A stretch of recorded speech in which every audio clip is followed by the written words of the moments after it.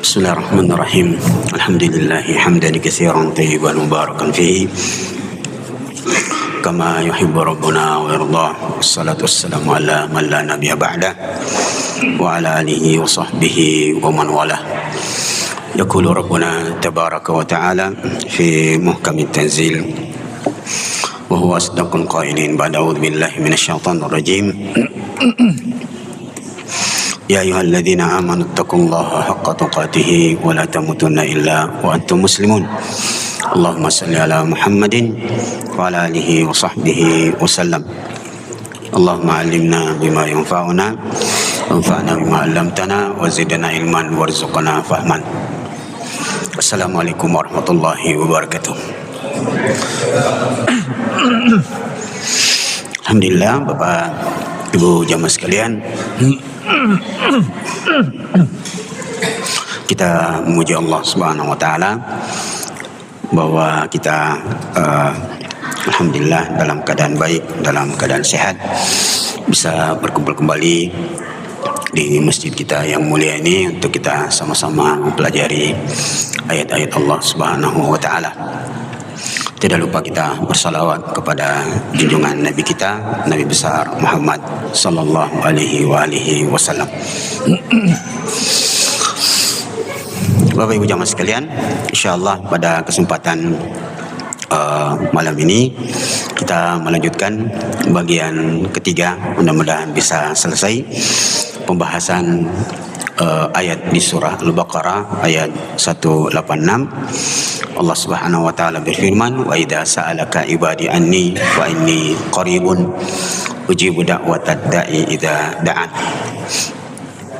Allah berfirman, jika hambaku wahai Muhammad bertanya kepadamu tentangku, maka katakanlah aku dekat, aku menjawab semua permintaan hamba-hambaku. Falyastajibu li wal yu'minu bi, hendaklah mereka memenuhi panggilanku dan mereka beriman kepadaku.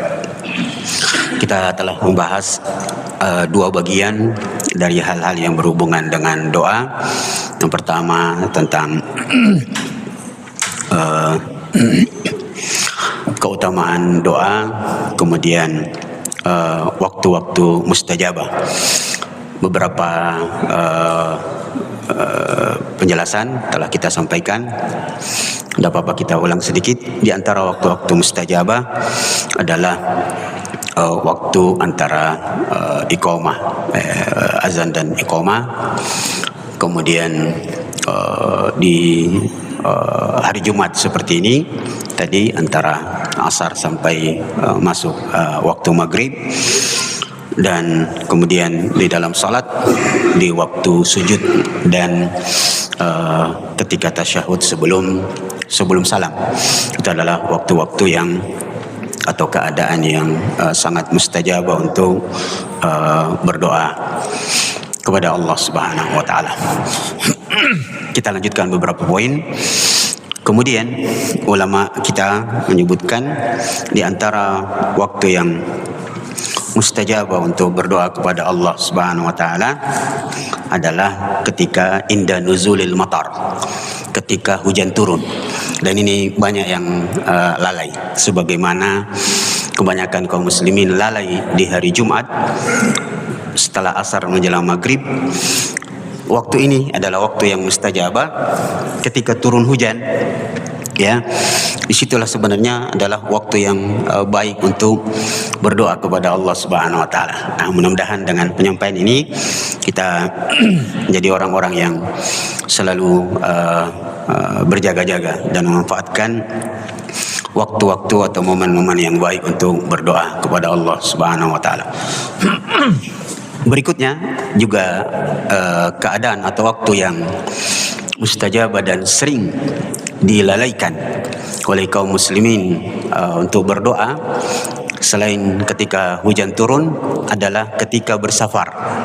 Jadi Bapak Ibu jamaah sekalian, ketika kita melakukan perjalanan jauh, melakukan safar, di situ sebenarnya adalah waktu yang sangat baik untuk berdoa. Sebentar kita akan jelaskan dalilnya, ya, bahwa ketika safar itulah sebaiknya kita berdoa kepada Allah Subhanahu wa taala, memanfaatkan keadaan kita dalam perjalanan.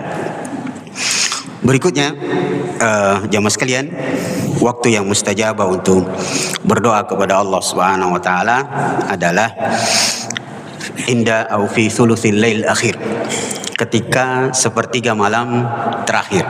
Di sini adalah waktu yang sangat mustajabah untuk berdoa, dan jika dihubungkan dengan yang lalu, bahwa waktu yang mustajabah untuk berdoa ketika terkaget, bangun di tengah malam, sebagaimana sabda sallallahu alaihi wasallam, man ta'arra fil lail, barang siapa yang terkaget di tengah malam, thumma qala subhanallah walhamdulillah wala ilaha illallah allahu akbar, lalu dia mengucapkan subhanallah alhamdulillah wala ilaha illallah allahu akbar la haula wala quwwata illa billah.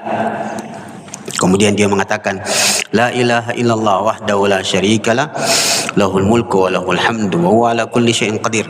Di ujung hadisnya Rasulullah mengatakan idza da'a ustujibalah, kalau dia berdoa ketika kaget di tengah malam, lalu dia mengucapkan itu lalu berdoa, maka doanya pasti dikabulkan. Dan ujung hadisnya idza shalla, kalau dia bangkit lalu dia pergi salat, maka salatnya pasti diterima. Ini hadis yang sangat menggembirakan, di mana Bapak Ibu jamaah sekalian, hampir-hampir tidak kita dapati ada hadis yang menjamin salat kita diterima, kecuali pada hadis ini, bahwa ketika kita bangun di tengah malam lalu kita berdoa, ya, subhanallah alhamdulillah wala ilaha illallah allahu akbar la haula wala quwwata illa billah la ilaha illallah wahdahu la syarikalah lahul mulku wa lahul hamdu wa huwa ala kulli syai'in qadir, lalu berdoa pasti diijabah oleh Allah. Dan kalau kita berdiri pergi berwudu lalu salat, maka salat kita dijamin diterima oleh Allah Subhanahu wa taala. Nah, sekali lagi inilah dalil tentang waktu yang mustajabah, yaitu ketika terkaget di malam hari, terutama di ujung malam, sepertiga malam terakhir. Kemudian jamaah sekalian, waktu yang mustajabah untuk berdoa adalah ketika ditimpa musibah.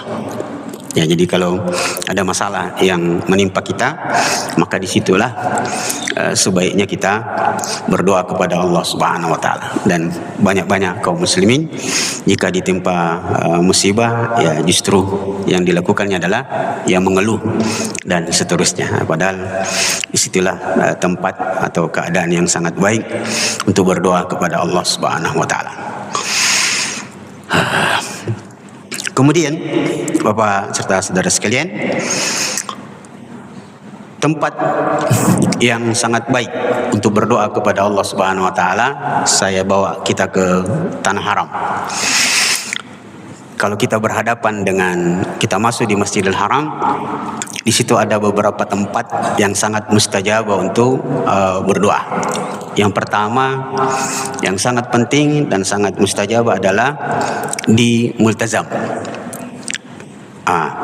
Cuma sayangnya tentu keadaan sekarang tidak memungkinkan untuk dipraktek sebagaimana yang dianjurkan ulama, cara berdoa di Multazam.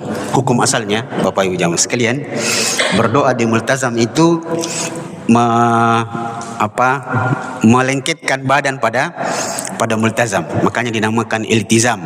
Multazam itu asal katanya iltazam, itu melengketkan badan pada multazam, dinding multazam. Nah, cuma sekarang kan keadaannya tidak semudah yang kita bayangkan. Paling minimal kita berdiri di situ, kalau bisa mendekat lalu tangan disentuhkan pada dinding multazam, itu sangat baik. Dan saya bisa memberikan garansi, Bapak Ibu jamaah sekalian, berdoa di depan multazam itu, ya, kadang-kadang kita sebenarnya cuma mau berdiri di situ untuk berdoa, tiba-tiba kita menangis. Hampir tidak pernah saya dapati ada orang berdiri di situ tidak ikut menangis. Padahal kita tidak tahu apa yang ditangisi oleh orang di sekitar kita yang berdiri di multazam itu. Disitulah sebenarnya tempat yang paling baik untuk berdoa kepada Allah Subhanahu Wa Taala. Kemudian kalau kita bergeser sedikit, itu kalau ibu bapak umroh nanti satu saat, insya Allah adalah di bawah talang air itu. Itu adalah tempat-tempat yang mustajab selain di dalam hijr Ismail. Kemudian Bapak Ibu jamaah sekalian, di dalam Masjidil Haram sendiri adalah tempat yang sangat baik untuk berdoa kepada Allah Subhanahu Wa Taala. Kemudian berhubungan dengan hari, ya, adalah hari Arafah. Sedikit tambahan, ini mungkin belok sedikit Bapak Ibu jamaah sekalian, tapi berhubungan dengan doa. Secara pribadi saya, Bapak Ibu jamaah sekalian, kalau bawa jamaah umroh itu selalu tidak lupa untuk mengajar jamaah itu ketika briefing untuk tidak lupa minum air zam-zam sambil berdoa. Ya, ini tidak apa-apa, sedikit pengulangan. Masih banyak yang belum mengerti atau tahu cara minum air zam-zam sambil berdoa. Dalam beberapa penjelasan ulama disebutkan bahwa Bapak Ibu jamaah sekalian, satu-satunya air yang sangat disukai, bahkan bisa masuk dalam kategori sunnah, disunnahkan untuk diminum dalam keadaan berdiri, adalah air zam-zam. Cara meminumnya berdoa, jadi memanfaatkan air zam-zam untuk berdoa, itu ternyata disebutkan oleh para ulama cara berdoa menggunakan air zam-zam. Yang pertama, berdoa dalam keadaan berdiri. Yang kedua, air zam-zam ini sebelum diminum itu kita berdoa, kemudian ditiup dengan menggunakan air ludah sedikit, kayak gerimis begitu. Jadi misalnya begini, sebagaimana sabda sallallahu alaihi wasallam, ma'u zamzam lima syuribalah. Air zam-zam itu bergantung niat orang yang meminumnya. Dia mau jadikan apa air zam-zam ini? Apakah dia sekedar jadi obat atau sekedar untuk membuat dia jadi kenyang? Jadi ini air zam-zam menghadap ke kiblat, kemudian berdoa misalnya, ya Allah, saya memohon kepadamu dengan keberkahan air zam-zam ini, jadikan otak saya menjadi otak yang cerdas. Setelah itu tidak langsung diminum, disunahkan untuk ditiup dengan menggunakan ludah, mengeluarkan ludah sedikit, gerimis. Begitu saja, tidak usah, tidak perlu. Dan disunahkan diminum 3 kali. Diusahakan 1 gelas itu diminum 3 kali, 3 kali teguk. Sedikit tentang lanjutan sedikit tentang air zam-zam ini. Bapak Ibu tahu penyakit AIDS ada obatnya tidak? Ada obatnya tidak penyakit AIDS? Ada. Air zam-zam. Mungkin saya pernah cerita di sini, dapat kita ulang. Saya waktu masih kuliah di Madinah, ada ulamanya sendiri masih hidup, namanya Syekh Mukhtar Shinqiti. Sekarang jadi anggota Majelis Ulama Saudi Arabia. Itu beliau menceritakan suatu saat beliau didatangi seorang anak muda asli Madinah, lapor kepada beliau, Syekh, nampaknya saya mau mengakhiri hidup saya mau bunuh diri. Tapi bagus juga ini anak muda, mau bunuh diri tapi minta fatwa dulu dari Syekh. Apa kata Syekh? Memang kenapa? Kenapa sampai sebegitunya kau mau bunuh diri? Kata anak muda itu, waqa'tu ala zina, saya jatuh dalam perzinahan. Jadi pernah saya liburan, ya orang Medina kan musim panas itu Pak, rata-rata orang Saudi pergi. Makanya kalau mau ki umroh agak mudah mencium Hajar Aswad itu di musim panas. Musim panas itu bulan 8 itu tidak terlalu padat. Alhasil saya pernah berlibur ke Perancis, akhirnya jatuhlah saya di perbuatan yang tidak benar itu. Dan ternyata saya divonis AIDS. Iya. Saya mau bunuh diri saja. Maka Syekh Mukhtar Syinqiti mengatakan, jangan. Berangkatlah kau ke Mekah, lakukan umrah.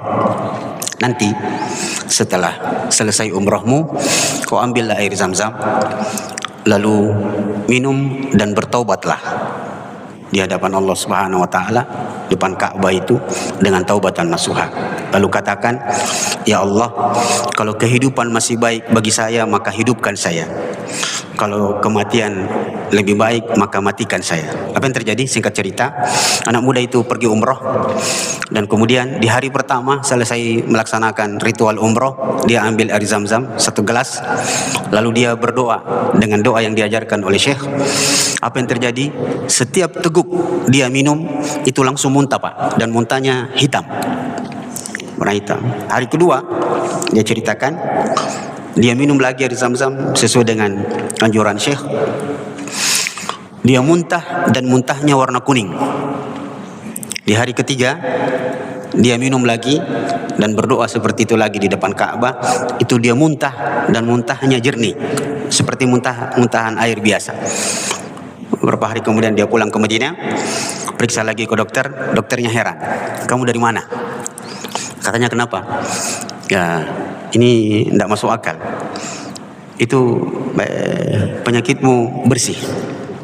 Penyakit bersih. Nah, jadi obatnya air Zam-Zam sebenarnya. Nah, cuma ada syaratnya, bahwa dia harus bertobat dengan taubatan nasuha. Tapi kalau oh bagus itu Ustaz, nanti saya minum air Zam-Zam saja, tapi perzinahan lanjut terus, tidak bisa itu. Dan ini sesuatu yang baik untuk kita sekalian. Sedikit saya belok sedikit, ini sesuatu yang sedikit menyedihkan. Catatan di koran tadi, saya dapat satu berita di Tribun, itu Makassar pengidap penyakit AIDS-nya sudah sekitar 4.000 atau 8.000 lebih, dan semuanya mengidap penyakit AIDS karena hubungan sesama jenis. Ini berarti Makassar tidak baik-baik saja Pak. Sudah banyak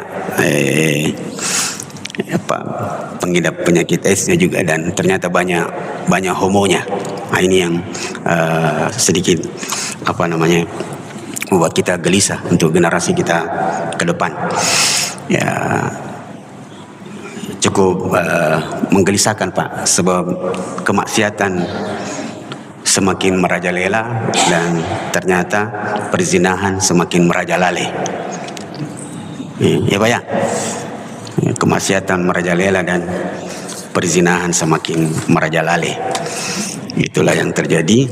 Alhasil, Bapak Ibu jamaah sekalian, kita sambung sedikit. Itu bagian dari waktu-waktu yang mustajabah untuk berdoa. Nah, bagian terakhir mudah-mudahan bisa kita selesaikan 15 menit ke depan. Adab-adab berdoa kepada Allah Subhanahu wa taala dijelaskan oleh para ulama berdasarkan beberapa hadis. Adab yang perlu kita pahami dalam berdoa sebagaimana sabda Rasulullah SAW yang pertama, idza da'utumullaha fad'u Allah biakuffikum. Kalau kau berdoa kepada Allah, maka berdoalah dengan telapak tanganmu, wala tad'u bi dhahri aydikum, dan jangan berdoa dengan punggung tanganmu. Nah, sekarang dengan telapak tangan, saya pernah menjelaskan mendapatkan penjelasan dari Profesor Dr. Abdul Salam Asywair, salah satu guru di Masjidil Haram.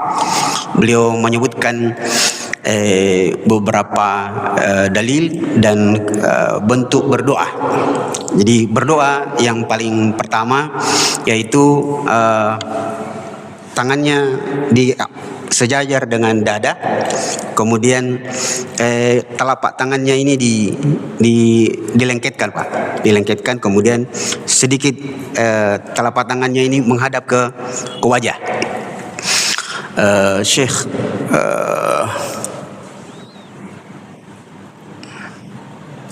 ada kitab namanya Taudihul Ahkam, Syekh Ali Bassam, pengajar di Masjidil Haram, mengatakan salah satu hikmah kenapa disunnahkan berdoa dengan melengketkan atau melengketkan Pak ya, melengketkan kedua telapak tangan ini, itu seperti layaknya orang menampung air hujan, itu berarti air hujannya akan tertampung. Jadi diharapkan berdoa itu begini. Sekalipun berdoa begini tidak ada masalah sebenarnya. Cuma kelihatan ini agak santai sekali Pak ya. Tidak serius berdoa Pak kalau orang begini. Maka yang afdal adalah digabungkan telapak tangannya, yang telapak tangannya sedikit menghadap ke wajahnya. Yang kedua, beliau jelaskan tangannya agak panjang ke depan. Agak panjang ke depan, dia maju. Nah, seperti ini. Ya, yang kalau saya tidak salah kayaknya ada panace dulu Pak, ada panace istilahnya stiker dulu ya. Ada panace dulu Pak yang tangan begini. Itu seperti itu. Jadi sebenarnya itu sunnah. Berdoa dengan seperti ini. Jadi tadi seperti ini, dadanya dekat dengan tangan. Yang kedua seperti ini. Yang ketiga dia diangkat seperti ini, dan biasanya ini kata beliau itu didapati hadis ketika beliau berada di Arafah. Jadi kalau orang berdoa di Arafah itu disunahkan mengangkat tinggi tangannya, seperti dalam hadis Rasulullah mengangkat tinggi tangannya sampai kemudian kelihatan ketiak beliau yang putih. Yang sedikit ada komentar tentang hadis itu menunjukkan bahwa Rasulullah itu rajin mencabut bulu ketiaknya. Sebab pernah beliau angkat tangannya begini sampai jatuh selendangnya dan kelihatanlah ketiak beliau yang putih. Jadi tiga seperti ini, atau seperti ini, dan yang seperti ini. Itu ini biasanya di Arafah, kata Syekh. Kemudian adapun khatib Jumat, jadi berbeda berdoa. Kalau dia begini tidak ada masalah sebenarnya. Cuma yang dibilang istilahnya yang afdal. Kita bicaranya yang afdal itu beliau menyebutkan seperti ini, yang dirapatkan. Kalau dia begini tidak ada masalah. Istilahnya benar juga. Cuma kita yang afdalnya beliau menyebutkan beberapa dalil dan disebutkan dalam beberapa kitab fikih seperti itu. Adapun khatib Jumat itu berdoanya begini Pak. Mengangkat tangan. Pernah di sini ada khatib Jumat begini tangannya Pak? Itu yang benar. Jadi khatib Jumat itu kalau berdoa tidak begini.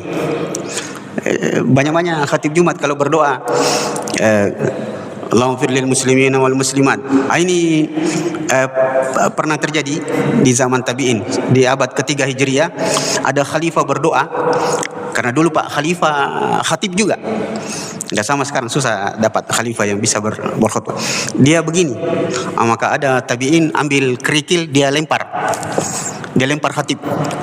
Semoga Allah tidak memberkahi tanganmu. Jadi khatib itu berdoanya begini. Kalau dia masih malu-malu, mungkin jamaah belum terbiasa melihat orang berdoa seperti itu, maka minimal tangannya khatib itu seperti orang tasyahud. Tapi sebenarnya yang benar dia begini. Itu doanya, cara berdoanya khatib Jumat. Jadi kembali bahwa ada berdoa itu disunnahkan dia mengangkat tangannya. Jadi mengangkat tangan berdasarkan sabda Nabi sallallahu alaihi wasallam. Jadi ini keutamaan berdoa mengangkat tangan. Hadis pertama Rasulullah mengatakan, "Innallaha hayyun karim. Yastahyi min ibadihi." Allah itu maha pemalu dan maha mulia. Allah malu kepada hambanya yang mengangkat tangannya, dia berdoa kepada Allah, lalu kemudian hamba itu menurunkan tangannya, lalu Allah tidak mengijabah doa hamba itu. Jadi sangat disunahkan berdoa mengangkat tangan berdasarkan hadis yang kedua tentang musafir tadi. Jadi sekali lagi kita ulang, keadaan yang paling baik atau mustajabah untuk berdoa ketika safar, dan disunahkan mengangkat tangan berdasarkan hadis Rasulullah bercerita tentang seseorang yutilus safar, ada orang yang melakukan perjalanan jauh asy'asa wa agbara, itu rambutnya acak-acakan, wajahnya penuh dengan debu.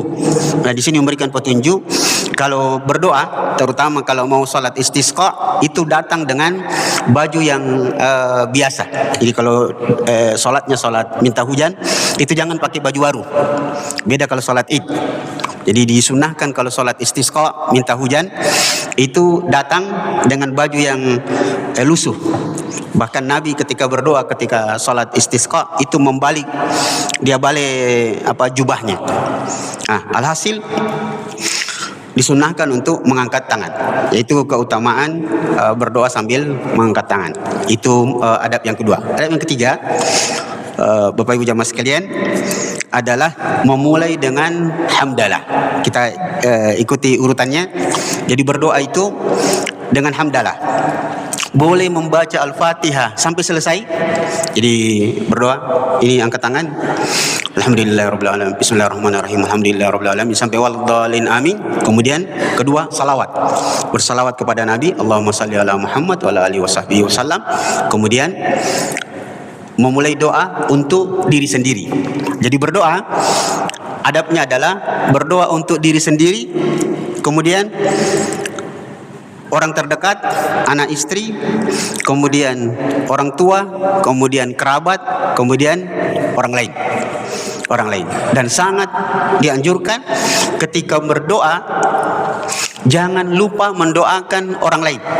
Kenapa? Dalam hadis disebutkan tidaklah seorang hamba berdoa untuk saudaranya sedangkan saudaranya tidak tahu kalau didoakan, kecuali Allah mengirimkan malaikatnya yang akan mengatakan amin walaka bimithli.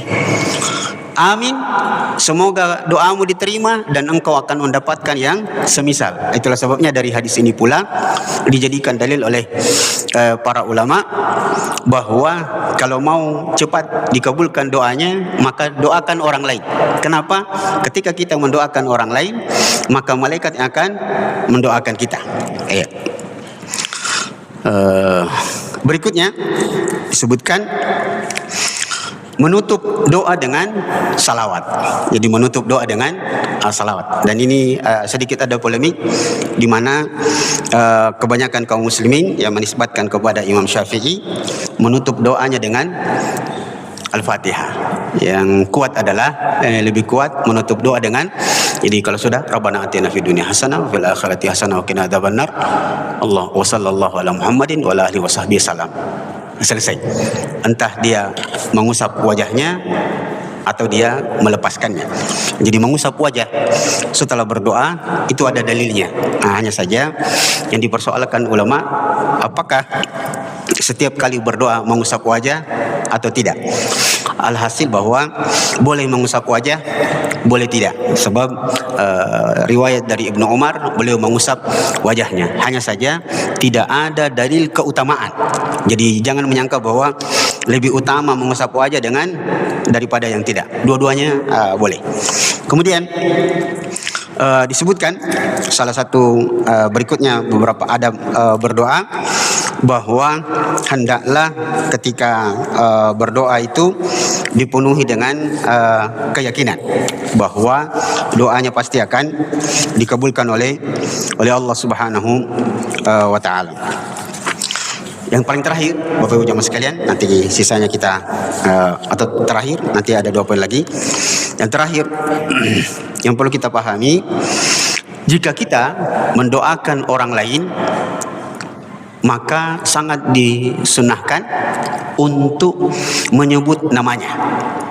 Kalau kita mendoakan orang lain, ya, dan orang itu bukan kerabat kita, bukan keluarga dekat, maka disunnahkan untuk menyebut namanya. Salah satu dalil yang dipakai adalah perkataan Imam Ahmad kepada anaknya Imam Asy-Syafi'i.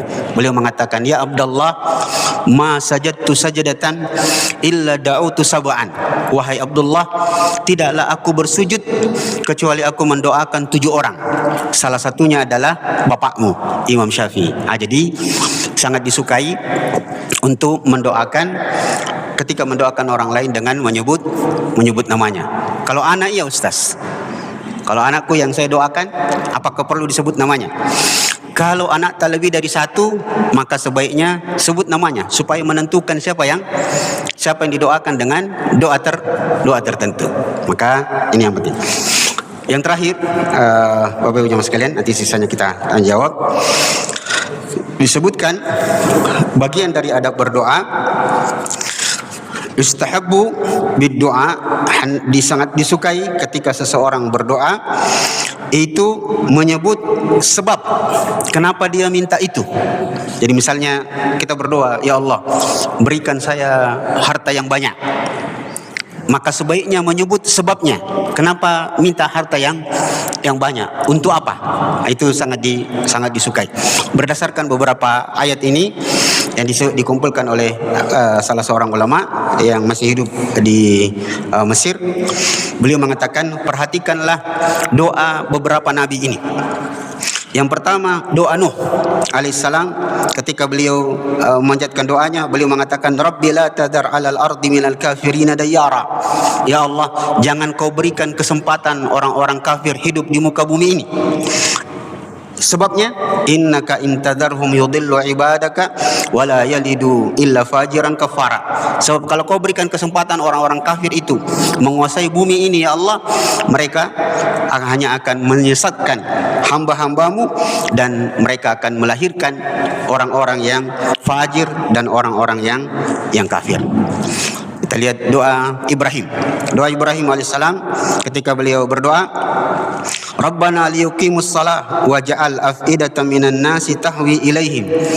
Ya Allah, jadikanlah Ka'bah ini tempat di mana hati manusia sering ingin ke situ, sering ingin di sana.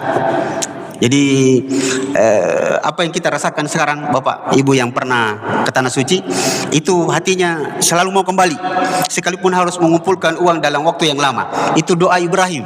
Ibrahim alaihissalam minta kepada Allah, jadikan Ka'bah ini sebagai tempat bangunan yang hati orang selalu mau ke situ. Untuk apa itu? Beliau menyebutkan sebabnya, liyuqimus shalah, supaya mereka selalu mendirikan salat. Jadi makanya cukup aneh kalau ada orang bolak-balik pergi ke Tanah Suci tapi pulang sampai di negerinya tidak sembahyang. Dan ada yang kita dapati seperti itu. Sudah haji tapi malas kesembahyang, Pak. Ada yang seperti itu. Itu berarti tidak kena dia dengan doanya Ibrahim alaihissalam. Iya.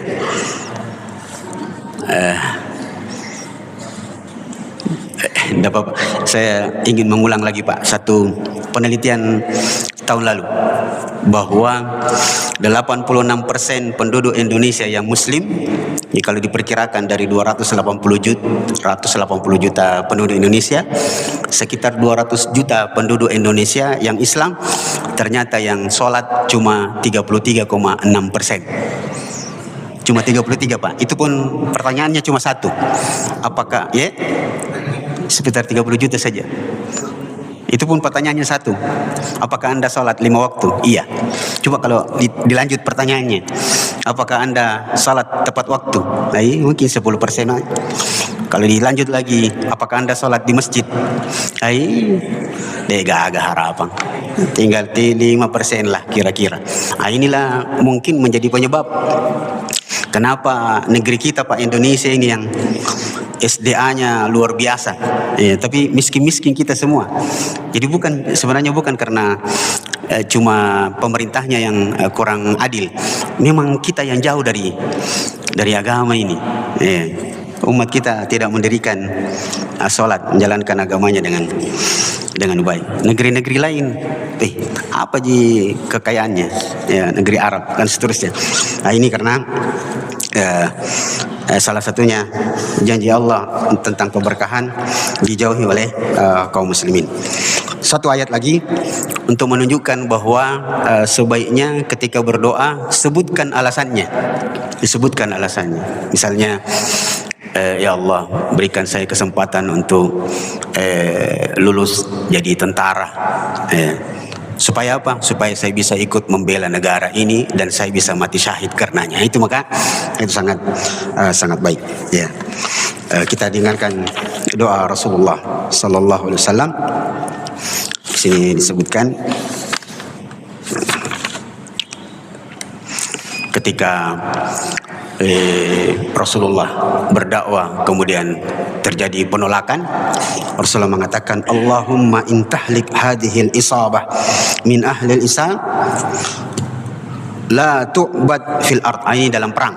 Jadi Rasulullah pernah berdoa, ya Allah, jangan kau habiskan umat ini, jangan kau habiskan umat Islam ini mati semuanya dalam peperangan. Kenapa? Kalau mereka habis, maka saya khawatir tidak ada lagi yang, kata Rasulullah, tidak ada lagi yang akan menyembahmu di muka bumi ini. Jadi ini Bapak Ibu jamaah sekalian, beberapa petunjuk dari ulama kita tentang adab-adab berdoa yang mudah-mudahan bisa kita lakukan, praktekkan. Semoga dengannya doa-doa kita menjadi doa yang mustajabah dan menjadi kebaikan untuk kita sekalian. Mudah-mudahan ini bermanfaat. Mohon maaf jika ada yang kurang berkenan. Semoga Allah Subhanahu wa taala selalu memaafkan kita sekalian. Wassallallahu ala Muhammadin. Assalamualaikum warahmatullahi wabarakatuh. Berapa? Sudah masuk waktu? Masih ada waktu? Ada yang perlu kita diskusikan? Iya Pak. Iya. Iya. Silakan Pak. Iya.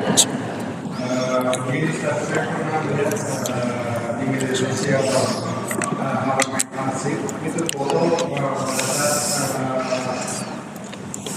sholat mayit, Ustaz.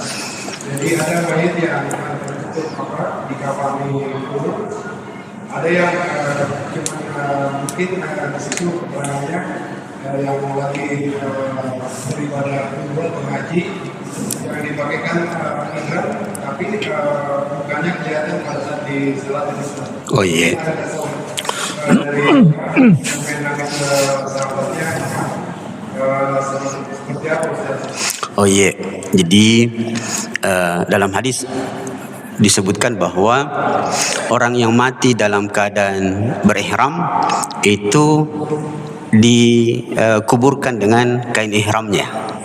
Ya, setelah dia dimandikan, ya, kemudian disolati, maka dikuburnya juga dengan pakaian ihramnya. Berdasarkan sambungan hadisnya, fa innahu yub'ats yaumal qiyamah mutalabbiyan atau mulabbiyan. Oh, kama qala sallallahu alaihi wasallam, karena nanti orang yang mati dalam keadaan berihram itu nanti dibangkitkan di hari kiamat dalam keadaan bertalbiyah. Itu keutamaannya orang yang meninggal dalam keadaan berihram. Iya Pak. Seperti itu memang aturannya. Iya. Dan dia mati syahid, mendapatkan pahala syahid di sisi Allah Subhanahu wa taala. Kan syahid itu ada dua. Syahid pahala, ada yang kedua adalah syahid karena peperangan. Ya. Syahid yang karena peperangan itu langsung dikubur, langsung dikuburkan begitu saja. Ya, setelah disolati dikuburkan, bahkan tidak dimandikan. Itu kalau dia syahidnya gugur di medan perang. Ada syahid yang berhubungan dengan pahala. Misalnya salah satunya adalah orang yang mati karena membela keluarganya. Berdasarkan hadis ini 3 berurut, Rasulullah mengatakan man qutila duna dinihi fa huwa syahid wa man qutila duna malihi fahuwa syahid wa man qutila duna ahlihi fahuwa syahid. Siapa yang mati karena mempertahankan agamanya, dia syahid. Siapa yang mati karena mempertahankan hartanya, maka dia syahid. Ini termasuk orang yang rumahnya dirampok atau dia dibegal, lalu dia melawan dan dia mati, maka dia masuk surga dan dia mendapatkan pahala syahid. Yang ketiga, urutan hadisnya, barang siapa yang mati karena mempertahankan keluarganya, ada keluarganya yang mau dirampas kehormatannya, ya dilecehkan, lalu dia membela dan dia mati, maka dia mendapatkan pahala syahid. Kalau syahidnya seperti ini, dia diperlakukan seperti biasa, dimandikan, dikafani, lalu dikuburkan. Adapun syahid pahala yang berihram tadi memang khusus, dia memang seperti itu Pak. Jadi ketika disolati itu pakai ihramnya memang, jadi kelihatan wajahnya, kelihatan kepalanya. Karena begitu orang berihram tidak boleh menutup kepala. Begitu Pak. Yang begitu tadi. Sudah masuk? Sudah masuk ya? Baik, kita tutup majelis kita dengan berdoa kepada Allah Subhanahu wa taala. Semoga kita selalu mendapatkan kebaikan dan keberkahan dari Allah Subhanahu wa taala, dan semoga kita termasuk golongan hamba-hamba yang doa-doanya diijabah oleh Allah Subhanahu wa taala. Sallallahu ala Muhammadin wa ala alihi wasahbihi wasallam. Subhanakallahumma rabbana wa bihamdik nasyhadu an la ilaha illa anta nastaghfiruka wa natubu ilaik. Subhana rabbika rabbil izzati amma yasifun wa salamun alal mursalin walhamdulillahi rabbil alamin. Assalamualaikum warahmatullahi wabarakatuh.